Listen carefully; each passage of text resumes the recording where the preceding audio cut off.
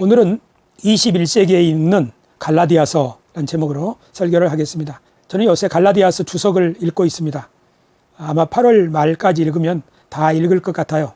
톰 라이트가 쓴 이 갈라디아서 주석을 읽으면서 독서의 유익은 뭔가 하면은 책을 읽으면서 나 자신을, 내가 있는 환경, 상황을 생각해 볼 수 있다는 점이 독서의 유익이에요. 책을 읽다가 보면은 그 책의 내용이 이해가 되는 순간에 내 자신의 상황을 생각해 볼 수 있는 것, 생각의 속도를 내가 조절할 수 있기 때문이죠. 그것이 독서의 유익이라고 할 수 있습니다.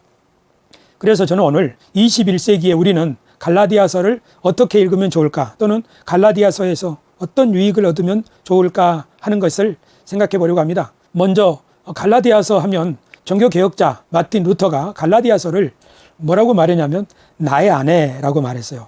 루터의 아내는 카타리나 폰 보라인데, 우리가 알듯이 이 폰 보라가 루터의 종교개혁의 지대한 지지자 내지 후원자가 된 거잖아요. 이 부인이 없었다면 아마 루터는 낙심해서 자신의 일을 다 못했을지도 몰라요. 그러니까 루터에게 있어서 이 부인은 굉장한 든든한 그 후원자인 거예요. 그런데 그 루터가 말하기를 갈라디아서가 나의 아내다라고 말한 거죠. 그만큼 루터는 갈라디아서를 통해서 이게 하나님이 나에게 주신 이 시대의 소명을 깨달을 수 있고, 또 이 갈라디아서를 통해서 루터는 종교개혁을 이룰 수 있는 든든한 동력, 근거를 얻었다고 볼 수 있죠. 루터는 그리스도인의 자유에 대하여 라는 편지를 교황 레오 10세에게 보냈는데, 루터가 쓴 종교개혁 3대 그 문헌 중에 하나가 이 그리스도인의 자유에 대하여 라는 글인데요. 그 글은 종교개혁의 정신을, 핵심을 담고 있는 거예요. 그걸 교황에게 편지 형식으로 보낸 거죠. 요새 우리들로 말하자면 우리가 뭔가 깨달은 것을 블로그에 올리거나 또는 영상으로 만드는 것처럼 루터는 그것을 교황한테 보낸 거예요. 편지 형식으로. 그 핵심 내용은 이런 글로 요약될 수 있어요. 하나, 그리스도인은 만물 위에 있는 자유로운 군주이며 아무에게도 예속되지 않는다. 어떤 법이나 어떤 교회에서 정한 면죄부나 면벌부라고 하죠. 또는 어떤 율법이나 우리 구원을 위해서 예수 그리스도의 은총 외에 그것을 믿는 믿음이 우리를 구원으로 인도하는 거지, 그 어떤 것도 우리를 종으로, 노예로 얽어맬 수 없다는 거죠. 아무에게도 누구에게도 예속되지 않는다 하는 거예요. 군주처럼. 이것은 자기 마음대로 산다 이 말이 아니라 우리는 신앙의 또는 영혼의 그리스도께서 주시는 자유를 누리며 사는 존재다 하는 말이고, 그렇게 우리 구원을 위해서 우리가 어떠한 기여, 공로 이런 것이 필요 없는 자유인이라면, 그렇기 때문에 두 번째, 그리스도인은 만물에 예속된 가장 충실한 종이며 모든 사람에게 순종한다. 위의 말은 아무에게도 예속되지 않는다, 자유다 이렇게 말하고, 아랫말은 모든 사람에게 예속되는 것처럼, 그러니까 이것은 자유자로서 사랑과 헌신으로 이렇게 섬기는 것을 말해요. 사랑과 봉사로 섬기는 것. 진정한 자유인이기 때문에 그렇게 할 수 있다는 거죠. 이것이 루터의 종교개혁의 핵심입니다. 500년 전에 루터는 갈라디아서를 읽으면서 어떤 교회가 정한 법이나 어떤 율법이나 공로나 면벌부나 그런 걸 통해서 우리가 구원받는 것이 아니라 하나님의 은혜로, 그리스도의 공로로 우리가 그걸 믿음으로 구원함을 받는구나 하고 우리의 영혼 구원에 대한 자유의 복음을 갈라디아서에서 발견했다고 볼 수 있습니다. 우리들도 21세기 우리들이 갈라디아서를 통해서 우리에게 주시는 하나님의 뜻, 우리가 우리 시대를 이끌어갈 수 있는 그런 진리를 발견할 수 있기를 바랍니다. 그 전에 갈라디아서를 사도 바울이 썼는데요. 사도 바울은 갈라디아서를 왜 썼고 무슨 목적으로 썼는가 하는 것을 한번 생각해 보겠습니다. 사도 바울은 갈라디아서를 쓰기 전에 이 사도 바울의 이 전도 여정 또는 그 전도가 있기 전에 회심을 했죠. 회심을 하기 전에 철저한 유대 바리새인이었죠. 또 태어나서 8일 만에 할례를 받은 사람이죠. 사도 바울은 유대인으로 나서 정말 열심 있는 유대인으로 살았죠. 그리고 예수를 따르는 사람들이 하나님의 뜻에 위배된다고 생각할 때 그들을 박해하는 일에 열심을 냈던 사람이죠.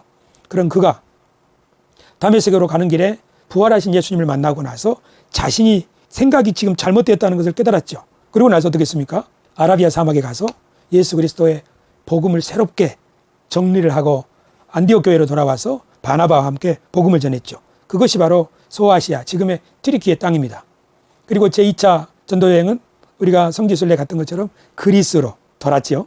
그리고 3차 전도 여행까지 쭉 이렇게 하는 가운데 사도 바울이 발견한 것은 자기가 보기에 자기가 박해했던 기독교인들, 그리스도인들, 그들이 잘못됐다고 생각을 했는데 예수님을 만나고 나니까 사도 바울은 새로운 것을 깨달은 거죠. 이것을 갈라디아서에서 이 계시는 내가 혈육에 때 배운 것이 아니다. 예루살렘의 지도자들한테 배운 것도 아니다. 나보다 먼저 사도된 자들, 그 사람한테 배운 것도 아니다. 이것은 마치 옛날의 예언자들처럼 나에게 하나님이 사명을 깨닫게 하시려고 계시로 주신 것이다 하고 자신이 깨달은 복음을 갈라디아 교인들한테 편지로 말한 거예요. 근데 그 사도 바울이 깨달은 복음이 뭔가 하면 예수 그리스도에 대한 거예요.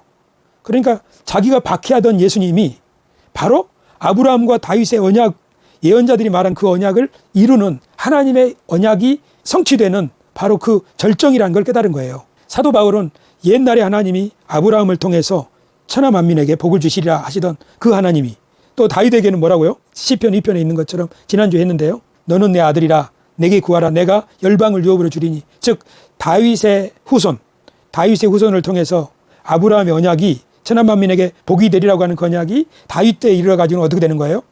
열방을 네가 유업으로 받게 될 것이다 하는 거죠. 그리고 예언자들을 통해서 주신 약속은 뭐냐면은 이 언약이 결국은 이방인들을 다 하나님 앞으로 인도하여 이방인들이 주님을 경배하게 될 것이다. 그 예언이 예수님을 통해서 성취된다는 것을 사도 바울이 깨달은 거예요. 그런데 특별히 예수님의 죽음과 부활이 마치 출애굽의 어린 양처럼, 그래서 어린 양의 피로 애굽의 모든 권세가 무너지고 이스라엘 백성들을 건져낸 것처럼 어린 양의 피가 예수 그리스도의 죽음과 부활을 통해서 새로운 신앙 공동체인 교회 에클레시아가 아브라함의 언약의 상속자, 다윗의 언약의 상속자, 그 12사도를 기초로 해서 새로운 믿음의 공동체, 하나님의 뜻을 이루어가는 그 공동체의 반석이 바로 예수 그리스도라는 사실을 깨달은 거예요. 그런데 이 반석은 유대인에게만 국한된 것이 아니라 이방인들도 다 누구든지 그 피로, 말하자면은 그 6월절의 어린 양의 피가 모든 백성을 건져낸 것처럼 어린 양 예수 그리스도의 피가 그의 죽으심과 부활을 통해서 죄 가운데 이 어두움에, 골로새서 1장 13절, 아버지께서는 우리를 흑암의 권세에서 건져내시어 당신의 사랑하시는 아들의 나라로 옮기셨다고 하는 흑암의 권세에서 건져내시고 이 악한 세상에서 건져내셨다고 하는 것. 그런데 그것은 유대인이나 이방인이나 차별이 없다는 거예요.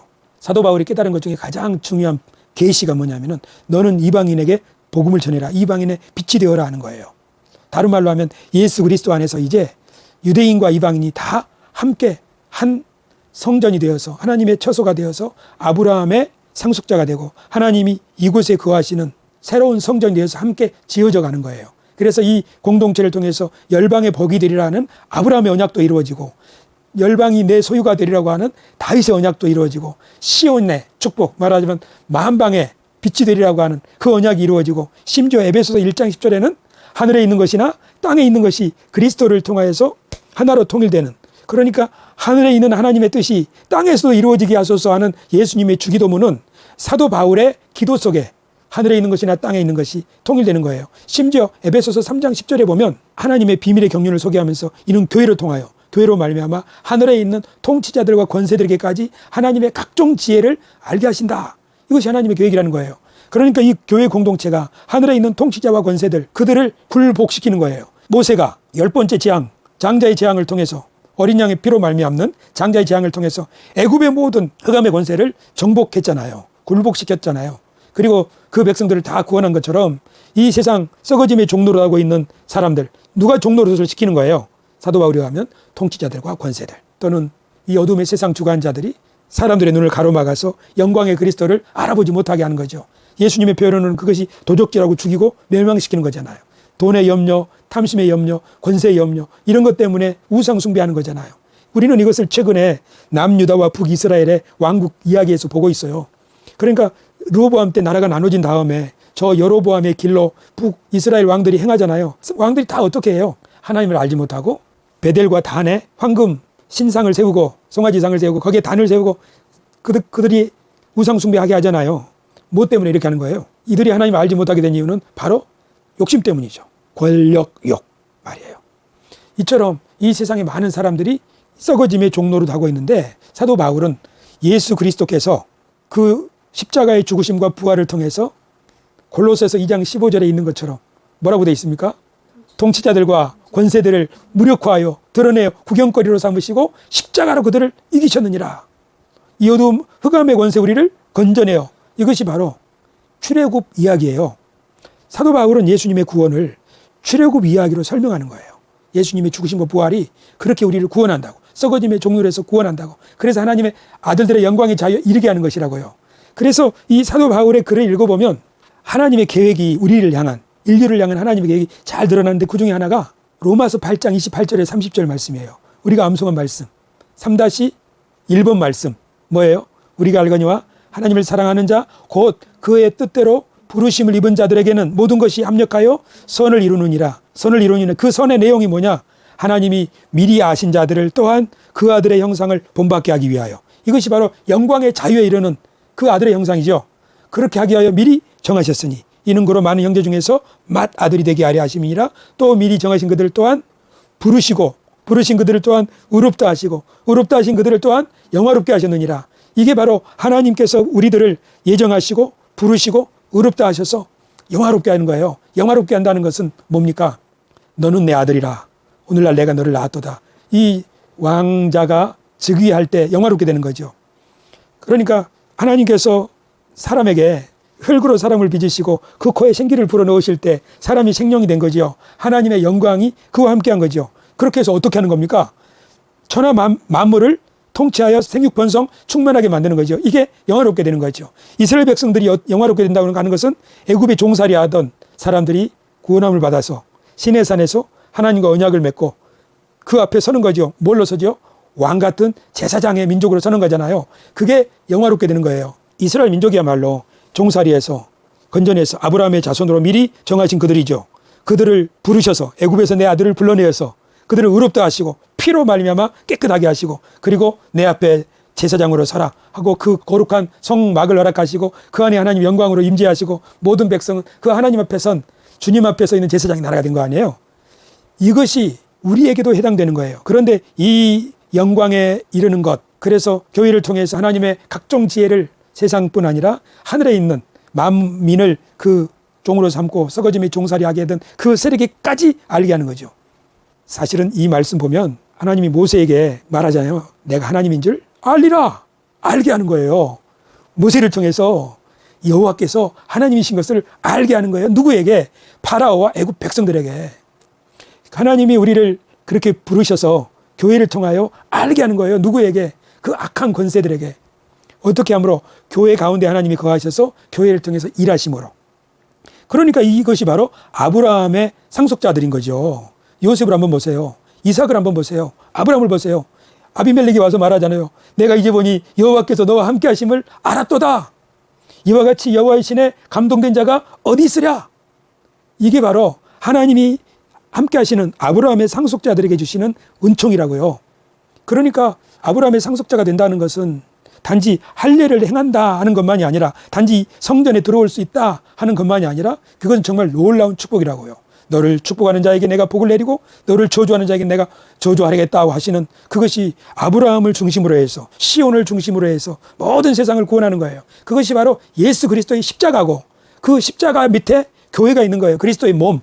그래서 몸인 그리스도의 교회는 예수 그리스도를 나타내는, 그리고 아브라함의 언약을 상속하는, 그리고 영화롭게 된 존재예요. 교회가 소명과 예정과 소명과 칭의와 영화롭게 된 존재예요. 그래서 교회가 하나님의 이 놀라운 은총 가운데 부르심을 받은 거예요. 근데 여기에 유대인들은 율법 준수와 할례만으로 혈통적으로 우리 이렇게 한 사람만이 이 언약의 상속자가 되고 우리와 같이 교제의 식탁을 할 수 있다, 그렇게 한 거지요.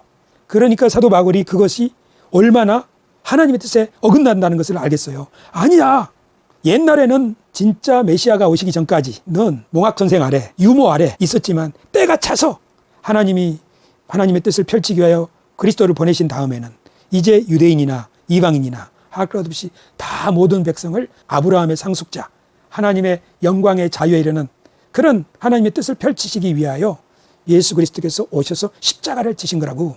율법과 상관없는 거야. 그래서 유대인과 이방인 사이에 담을 허무셨단 말이지. 이것이 비밀의 경륜이었어요.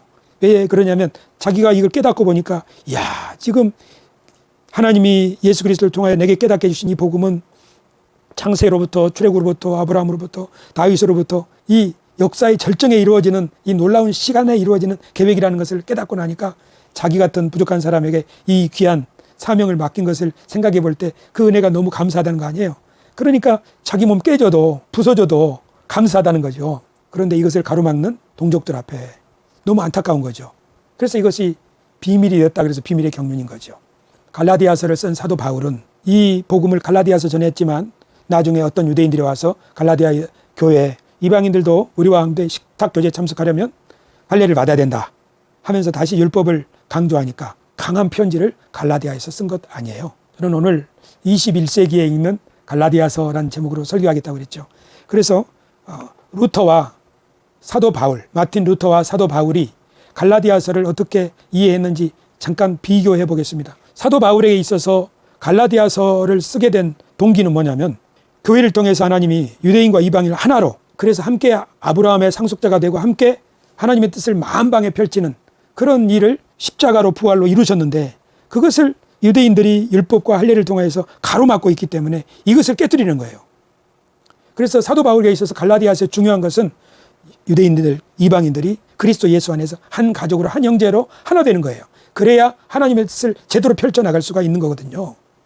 그러니까 율법의 공로가 아니라 십자가의 은혜다 하는 것을 강조하는 거예요. 그렇게 해서 뭘 강조하는 거예요? 하나됨을 강조하는 거예요. 루터에게 있어서는 어떤 것을 강조하는 거예요? 루터가 본 것은 뭐냐면 당시의 교회가, 당시의 성도들이 지금 어디에 매여 있느냐 하면은 교회가 정한 벌을 면할 수 있는 면벌부 또는 행위로 우리가 구원함을 받을 수 있다고 하는 그런 생각에 잡혀 있는 거잖아요.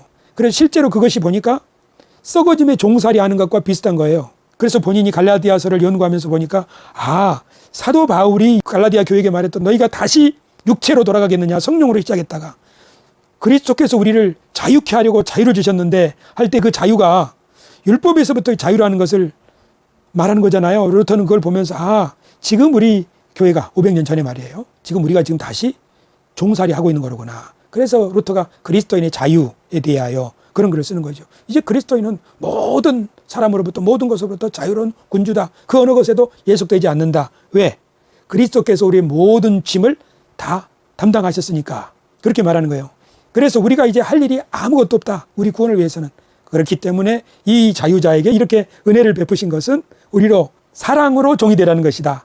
사랑과 봉사로 섬기라는 것이다. 자발적인 헌신이죠. 아마 이것이 그 만민 제사장과 관련이 있는 것 같아요. 그러니까 제사장으로 부름받았다고 하는 그 이스라엘 백성들, 그것과 관련이 있는 말인 것 같아요. 그래서 루터의 구원론은 당시 중세교회가 구원을 받으려면 또는 연옥을 면하고 천국에 가려면 벌을 면하려면 면벌부를 사야 된다고 하는 그런 문제에 대해서 이의를 제기하고 그렇지 않다 하는 얘기를 한 거예요. 그러니까 내 개인의 구원에 관하여 루터는 하나님의 은혜를 강조한 거죠. 오직 은혜로, 오직 믿음으로. 하지만 사도 바울은 어떤 걸 강조하는 거예요? 사도 바울은 유대인과 이방인들의 하나됨을 위하여 율법이 아니라 할례가 아니라 하는 것을 강조하는 거죠. 더 나아가서 사도 바울은 이 구원의 목표가 어디에 있다고 봐요? 하늘과 땅에 있는 것이 하나 되는 거. 요한계시록 환상에 의하면 새 예루살렘이 하늘에서 내려오는 거잖아요. 예수 그리스도의 주기도문에 의하면 하늘에서와 같이 땅에서도 하나님의 뜻이 이루어지는 거잖아요. 이것이 사도 바울이 말하는 그 구원인 것 같아요. 그러니까 루터를 공부를 제대로 많이 안 해서 루터의 구원은 개인의 구원에 관한 것이다 라고 말하고 사도 바울의 구원은 공동체와 이 피조 세계 전체에 관한 것이다 이렇게 속단하는 것인지는 모르겠어요. 그러나 현재 내가 바라본 결론은 그래요. 즉 500년 전에 루터가 바라보았던 문제 있잖아요. 그 당시에 면벌부를 팔고 하는 사람들이 갇혀있는 문제, 그것과 2000년 전에 사도 바울이 바라본 문제, 사도 바울 시대 때는 면벌부 파고 그런 건 없었잖아요. 사도 바울에 있어서 가장 중요한 문제는 하나됨이었으니까. 하지만 루터에 있어서 가장 중요한 문제는 사람들을 얽어매고 있는 그런 공로신학이었다고 볼 수 있는 거죠. 그러나 내게는 우리 주 예수 그리스도의 십자가 외에 결코 자랑할 것이 없으니 그리스도로 말미암아 세상이 나를 대하여 십자가에 못 박히고 내가 또한 세상을 대하여 그러하니라. 할례나 무할례가 아무것도 아니로되 오직 새로 지으심을 받은 자뿐이니라. 아멘. 사도 바울은 지금 율법 강조를 주장하는 유대인들, 특히 할례를 받아야 된다. 그래야 우리와 식탁 교제를 함께 할 수 있다 하는 사람들한테 할례 받은 것이든 안 받은 것이든 그런 건 중요한 것이 아니다 하는 거죠. 중요한 건 뭐라고 하는 거예요? 그렇죠. 새로 지으심을 받은 자가 되는 게 중요하다. 고린도후서 5장 17절에 보면 그러므로 누구든지 그리스도 안에 있으면 새로운 피조물이라고 하잖아요. 그러니까 사도 바울은 뭘 말하는 거냐면 새로운 피조물로 지음받은 것이 중요하다는 거예요. 야곱아, 너를 창조하신 여호와께서 지금 말씀하시느니라. 이 말씀 속에는 하나님이 흙으로 사람을 창조하시고 그에게 세상을 맡기신 것처럼 하나님의 형상을 따라 그리스도 안에서 새로 지으심을 받은 존재, 새로운 피조물, 그걸 말하는 거예요. 동시에 우리가 이사야에서 암송하고 있는 그 말씀처럼 야곱이 애굽에서 건진받은 것도 너를 창조하신 여호와께서 이렇게 말씀하시잖아요. 이건 뭘 말하는 거예요? 아까 말한 것처럼 이 피조 세계에 하나님의 뜻을 밝히는, 펼쳐내는 교회의 역할을 말하는 거죠. 할례나 무할례 그런 것이 이제 중요한 게 아니고 그런 건 아무 쓸데없다. 진짜 중요한 것은 예수 그리스도로 말미암아 새로운 피조물, 새로운 왕 같은 제사장으로 거듭나서 그의 뜻을 펼쳐나가기 위하여 함께 하는 것이다. 함께 성전으로 지어져 가는 것이다. 함께 연합하는 것이다. 그걸 말하는 것이죠. 그에 대한 설명을 하기 위해서 이 말씀 인용했어요. 이제 21세기에 있는 갈라디아서 설명을 하도록 하겠습니다. 우리가 오늘 두 가지, 사도 바울은 갈라디아서에서 무엇을 말하려고 했는가? 500년 전에 루터는 갈라디아에서 무엇을 읽었는가 하는 거잖아요. 사실 500년 전이라고 하는 것은 오래전 일이에요. 우리나라 역사를 살펴보니까 500년 전에 연산군이 자기 어머니 패비윤씨 억울하게 죽은 그 어머니의 원한을 갚기 위해서 많은 선비들을 죽인 사화가 있었어요. 지금부터 500년 전에 우리 조선 시대에 그렇게 많은 선비들이 죽는 그런 사화가 있었어요. 왕정이었어요. 왕정. 연산군 다음엔 중종이 왕이 됐는데 중종 때는 또 신진 세력인 조광조라고, 요새 우리 조국 대표 있잖아요. 감옥에 8개월간 갇혀 있었는데 조광조가 새로 일어나가지고 오래된 훈구 대신들 좀 정리하려고 이렇게 개혁을 펼쳤다가 도리어 역적으로 몰려가지고 죽임을 당하죠. 자기와 자기 일파. 그걸 기묘사화라고 그래요. 지금 무슨 얘기하는 거냐면 500년 전 우리 서울 말이에요. 조선. 그 세상은 왕이 통치하는 세상이었어요. 그러니까 지금과는 완전히 다른 세상이죠. 나는 지금 무슨 얘기를 하는 거냐면 루터가 500년 전에 종교개혁을 할 때 그 세상은 영주가 통치를 하던 그런 세상이기 때문에 지금 우리 시대와는 많이 다르다는 거예요. 그때의 고민거리와 지금의 고민거리, 그때의 과제와 우리가 해결해야 될 과제는 다르다는 거예요. 그래서 우리들이 지금 과거에는 왕정이었다면 지금 우리는 이재명 정부가 국민 주권 정부예요. 김대중 정부는 국민의 정부, 노무현 정부는 참여정부. 다 뭐 말하는 거죠? 왕이 아니라 국민이 주인인 세상이다. 그걸 말하는 거잖아요. 그러니까 지금 이 시대에 사람들이 요구하는 것은 과거와 많이 달라요. 오늘 아침에 그런 글을 썼는데 제일 처음에는 종교가 어떻게 시작됐을 거라고 보냐면은 그 신령한 영매라고 그러죠. 무당, 샤만. 그런 신통한 사람으로부터 일반 사람들에게 그런 신적인 계시 같은 것이 임했을 거예요. 어떤 민족이든지 그런 식으로 시작을 하잖아요. 그러다가 종교가 점점 발전하면서 경전도 만들어지고 막 그런 과정을 겪지요. 그렇게 하면서 제일 처음에는 모세 같은 사람, 그러니까 하나님의 계시를 받고 백성을 인도하는, 이걸 뭐라고 하냐면 재정일치 사회라고 그래요. 제사장과 왕이 하나인 거죠. 그렇게 하다가 제사장 그룹과 왕 그룹이 서로 분리돼요. 그래서 제사장 그룹은 특별히 서기관, 그러니까 종교 엘리트들이 생기는 거죠. 여기는 또 왕 따로 있고, 그렇게 해서 일반 시민들은, 일반 백성들은 이 서기관들을 통해서 하나님의 뜻을 배우는 사람이 되는 거예요. 그게 오랫동안 지속되었어요. 아마 지금까지도 그런 영향이 많이 있죠. 지금도 사실 목회자를 통해서 사람들이 하나님의 말씀을 외우고 하잖아요. 목회자들은 옛날 서기관들처럼 일종의 종교 엘리트와 같은 전문적인 사람들인 거예요. 어쩌면 이것은 어느 시대에 필요한 것이에요. 그런데 놀라운 사실은 성경을 보면 모세가 그러잖아요. 70인의 장로에게 하나님의 신이 임해서 그들이 막 그 예언을 말하고 있을 때 두 사람의 장로가 자기 천막에서 있으면서 하나님의 신이 임해가지고 막 예언을 하니까 저 사람들 못하게 하소서라고 여호수아가 모세한테 말하잖아요. 그때 모세가 뭐라고 그래요? 나는 모든 사람이 다 예언자가 되기를 원한다. 나와 같이.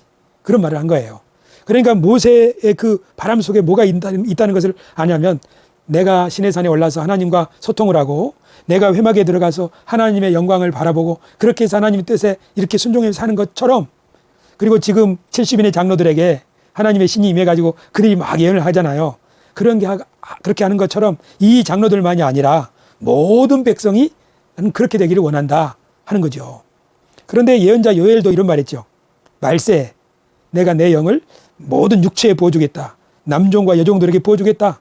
그래서 아이들은 예언을 하고 청년들은 환상을 보고 아비들은 꿈을 꾸리라. 그거 뭐예요? 예언하고 환상을 보고 꿈을 꾸는 거 다 누가 하는 일이에요? 예언자들이 하는 일이잖아요. 즉 하나님과 긴밀히 소통하는 거 말이에요.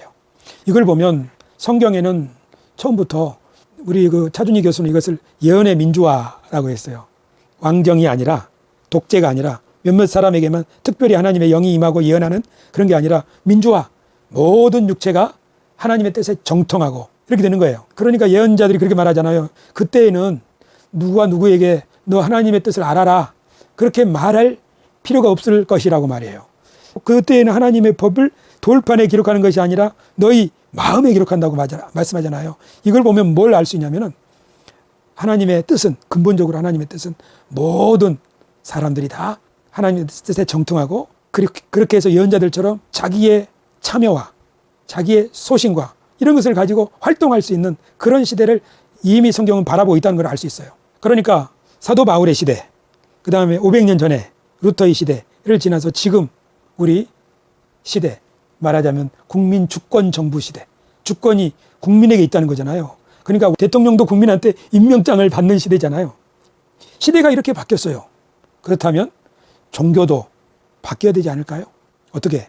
어떤 사제나 어떤 목회자로부터 일방적으로 하달받고 가르침을 받는 종교가 아니라 모든 사람들이 예언자들처럼 함께 하나님의 뜻을 알아가고 이것이 그런가 하고 질문하고 토론하고 하면서 하나님의 뜻을 더 깊이 알아갈 수 있지 않겠느냐. 사실 질문이 없이 일방적으로 설교하는 바람에 나는 청년들이 교회를 많이 떠나지 않았을까. 지금은 기독교회가 쇠퇴하고 있는 이유 중에 하나가 지금 봐요. 응원봉 문화의 시대잖아요. 모든 사람들이 자신의 뜻을 뭔가 알고자 하는 시대예요. 뭔가 밝히고자 하는 시대예요. 그런데 진리가 이것이다 하고 교리로 딱 그것을 정해놓고 이걸 넘어가면 안 된다. 그렇게 해버린다면 누가 거기서 자신의 삶의 길을 찾을 수가 있겠느냐 하는 거예요. 이것은 사실 루터가 종교개혁하던 시대에 루터의 문제가 있잖아요. 당시 해결해야 될 문제. 그건 우리 시대의 문제와는 다른 거예요. 그러니까 루터의 신학 또는 개혁주의 신학을 아주 그냥 금과 옥조처럼 이거 아니면 다 이단이다 하는 것처럼 꽉 붙잡고 있는 신학은 이 시대의 생각을, 이 시대의 사람들을 수용할 수가 없는 거예요. 그러니까 젊은 사람들의 생각을 인도할 수 있는 새로운 종교는 이미 성경 안에 그 힌트가 있다고요. 모세가 아까 말했고 요엘이 말했고 에스겔이 말한 것처럼 이제는 인터넷이라고 하는 이 시대가 되어서 모든 사람들이 다 물을 수 있어요. 또 AI가 나와가지고 다 대답을 들을 수 있어요. 그렇기 때문에 예언의 민주화처럼 종교의 민주화 이것이 점점 활성화된다면 나는 그 요새 느끼는 건데 그 계엄 때 여의도로 달려간 사람들, 아줌마들, 청년들, 아저씨들 이런 사람들 말이에요. 그냥 일반 시민이에요. 거기 국회의원들도 있지만 그러니까 그 사람들을 보면서 무슨 생각을 하냐면은 야 옛날에 독립운동했던 사람들 그 사람들만 영웅이 아니라 우리 저 애엄마, 아줌마 이런 사람들이 다 영웅이구나. 고귀한 뜻 뭐예요? 나라를 무질서로부터 건져야 된다고 하는 그 뜻 그것이 이 안에 있는 거예요. 시민들 안에. 우리 교회가 지금 세상과 함께 진리를 찾고 세상 가운데서 복음으로 말미암아 그 진리를 증언하는 공동체를 슬로건으로 삼았잖아요. 그러니까 나는 지금 그렇게 생각해요. 자녀들은 예언을 하고 청년들은 환상을 보고 아비들은 꿈을 꾸리라 이 이야기 있잖아요. 이 이야기가 이미 지금 우리 시대에 이루어지고 있지 않냐. 다만 교회는 이걸 모르고 옛날의 방식을 고수하고 있는 것 아닐까 그런 생각을 하는 거예요. 그러니까 교회가 우리가 가지고 있는 걸 버리자 이 말이 아니라 우리가 가지고 있는 이 틀을 좀 바꿔야 된다. 그렇지 않으면 낡은 부대가 되어서 더 이상 신선한 포도주를 담을 수 없고 신선한 포도주가 들어오면 결국 터져버리고 마는 그런 것이 되지 않겠느냐 하는 거예요. 그래서 우리 시대는 갈라디아서를 통해서 무엇을 배워야 될까? 우리 시대의 과제는 무엇일까? 그런 문제를 오늘 생각해 보기를 원하는데 모든 시대의 과제가 있어요. 모든 시대의 과제는 창세기로부터 이거는 사도 바울이나 루터나 앞으로 오고 오는 모든 시대의 공통의 과제예요. 그것은 하나님이 창조해 주신 그 명령 속에 있는 뜻, 생육하고 번성하여 충만하라. 생명으로 충만한 세상. 예수님이 주기도문에서 가르치신 말씀, 하나님의 나라가 임하기를. 즉 위에 있는 하나님의 청사진이 땅에 이루어지는 거예요. 사실 루터도 그걸 본 거예요. 우리 시대도 마찬가지예요. 이게 모든 시대의 공통의 과제예요. 그런데 이 땅에서 생명을 질식시키는 게 뭐냐? 그게 바로 권위주의와 교조주의예요. 자기의 권세를 가지고 자기의 교리를 가지고 딱 옥죄는 거지요. 예수님도 예루살렘 성전에서 뭐 하신 거예요? 대제사장들, 산헤드린, 그들이 자기의 권위를 가지고 사람들을 착취하고 진리를 가로막는 그것을 깨뜨린 거잖아요. 루터도 마찬가지잖아요. 교황의 권위, 권세, 그거에 대해서 오직 성경으로 깨뜨린 거잖아요. 사실 지금도 마찬가지예요. 지금도 교회가 어쩌면 생명력을 잃어간다면 그것은 교회가 가지고 있는 권위주의, 질문할 수 없다. 교회 갈 때는 우리 옛날 목사님이 이렇게 말씀하시더라고. 교회 갈 때는 쓸개를 다 집에다 빼놓고 가야 된다. 질문하는 것이 아니다. 아멘 하는 것이다 하는 것이에요. 그러니까 생명을 질식시키는 것이 뭐냐면은 기존에 있는 권세, 권위, 기존에 있는 교리 그런 것을 재검토하지 않고 그걸 계속 끌고 갈 때 세상은 바뀌었는데 그런 거예요. 그러니까 이것을 개혁, 갱신이라고 하잖아요. 그래서 개혁교회는 항상 개혁돼야 된다고 할 때 뭘 개혁하는 거냐면은 이전의 권위, 이전의 전통, 이전의 교리가 새로운 시대를 담을 수 없을 때는 그것을 재해석해서 새로운 생명을 살릴 수 있는 그런 걸 만들어야 한다는 거죠. 지난주에 저는 이걸 설교했어요. 예수님도 율법을 재해석, 사도 바울도 복음을 재해석했다고. 마틴 루터도 마찬가지고. 그렇게 해서 어떻게 했다고요? 새로운 시대를 열었다고 했죠. 이것이 모든 시대의 공통 과제라고 한다면 그러면 오늘 우리 시대 우리는 500년 전과 다른 세 가지를 나는 기억해 줬으면 좋겠다 하는 생각이에요. 첫째는 교회만이 아니라 천상에 하나님 나라가 있는 것이 아니라 온 세상이 하나님의 세상이다. 하나님의 나라다. 하나님이 온 세상을 하나님의 나라로 지으시고 그 가운데 에덴 동산을 지으시고 온 세상의 축복을 위하여 아브라함의 자손을 부르시고 또 땅끝까지 하나님의 복을 하나님의 나라가 하늘에서 같이 땅에 임하게 하기 위하여 교회를 세우셨다. 그러니까 교회는 그것이 세상과 구별된 별도로 있는 존재가 아니라 세상, 즉 하나님의 나라를 위하여 세운 등불이라고 하는 사실을 깨달을 필요가 있어요. 이것은 정말 어려운 이야기예요. 많은 사람들이 하나님의 나라는 천상에 있다고 생각하기 때문에 세상과 하나님의 나라는 다르다고 생각하기 때문에 이 생각을 깨뜨리기는 쉽지 않아요. 그러나 이 생각이 깨져야 교회가 세상에 하나님의 뜻을 펼쳐나갈 수가 있는 거죠. 두 번째는 생명과 평화를 위해 교리를 재해석해라. 그러니까 교리가 생명을 옥죄는 것이나 또 평화를 깨뜨리는 것이나 이런 것이 교리라면 그 교리를 과감하게 재해석해야 돼요. 지금 가지고 있는 교리를 가지고 종교전쟁이 일어나거나 그 교리를 가지고 억울한 사람이 피눈물을 흘리고 있다면 이게 문제죠. 예수님은 그렇게 말씀하잖아요. 안식일이 사람을 위하여 있는 것이지 사람이 안식일을 위하여 있는 게 아니다. 그런 말씀하시잖아요. 뭔 말입니까? 안식일이라고 하는 교리로 사람을 죽이지 말아라 하는 거잖아요. 그러니까 지금도 마찬가지라고 봐요. 마지막으로 대화와 토론으로 구도하라. 우리가 지금 1부로는 설교하고 2부로는 질의응답 시간을 갖잖아요. 그런데 AI한테 물어봤어요. 내가 이런 생각을 준 다음에 야 어떻게 하면 좋겠냐 하고 제안을 해봐라. 그랬더니 세 가지 제안을 하더라고요. AI가. 뭐라고 하냐면은 그 인터넷에서 뜻이 맞는 사람들끼리 이렇게 소통을 해라. 거기서 토론을 하라는 거예요. 그리고 생태 문제나 환경 문제나 또는 다른 사람을 돕는 그런 실제적으로 진리를 실천하는 그 일들을 위해서 사람들이 뜻을 모아서 거기서 소통을 하면서 진리를 알아가는 모임을 가져라. 사실 이것은 교회가 청년부가 단기 선교를 가고 또 시골교회 봉사활동 가고 하는 그런 모임이 있잖아요. 그런데 지금은 교회가 일부 조금 잘 나가는 교회 그렇게 하기는 해요.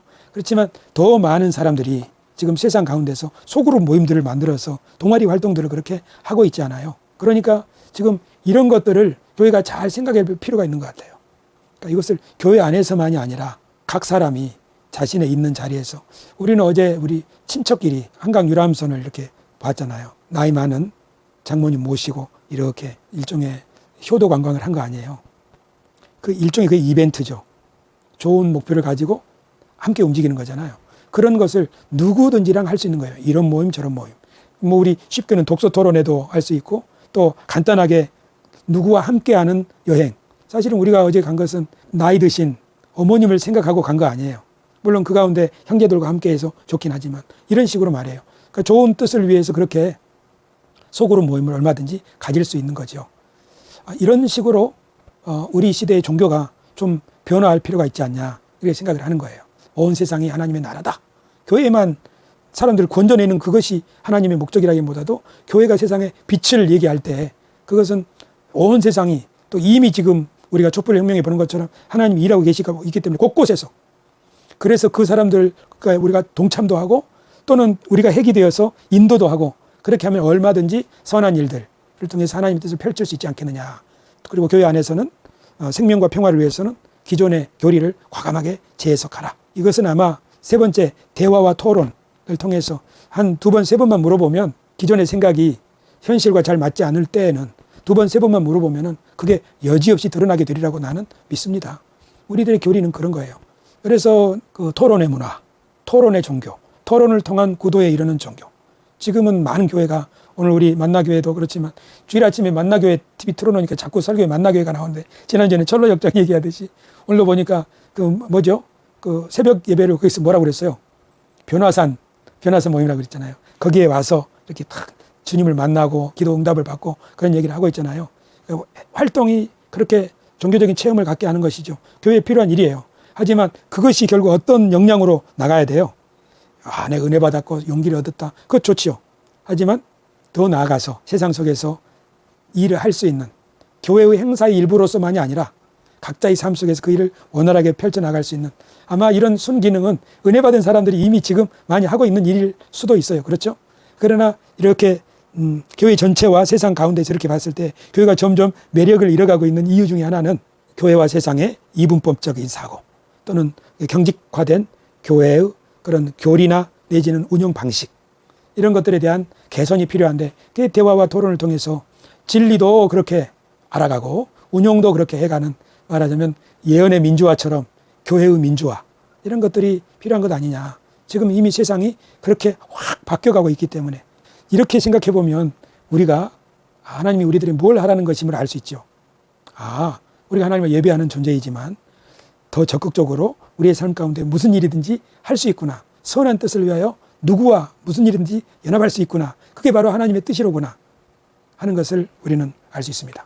이런 새로운 뜻을 깨달은 사람들 루터도 그렇고 사도 바울도 그렇고 다 고난을 겪어요. 왜냐하면 안 하던 거 아니까. 왜냐하면 기존 질서를 자꾸 깨뜨리는 것처럼 보이니까 위험한 존재라는 느낌이 들 수 있어요. 그렇죠? 하나님의 계시를 발견한 사도 바울 왜 그렇게 미움을 받았을까요?